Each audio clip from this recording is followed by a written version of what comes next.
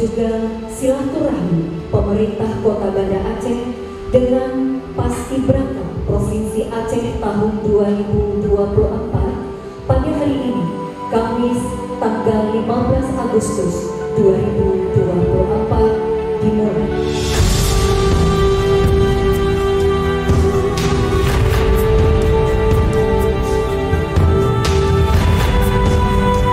Sedikit yang kita ketahui kemarin, sedikit gonjang-ganjing masalah penggunaan jilbab oleh pasukan, namun hari ini sudah ada siaran pers dari Sekretariat Presiden dan juga BPIP.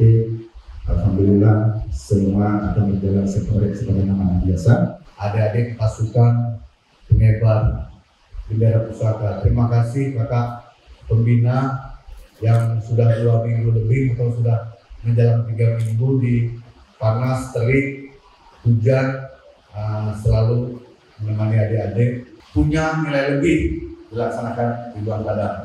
Jadi kalian juga beruntung daripada kakak-kakak kalian 4 tahun yang lalu yang dilaksanakan di kantor gubernur. Jadi sekarang kembali dilaksanakan di Padang.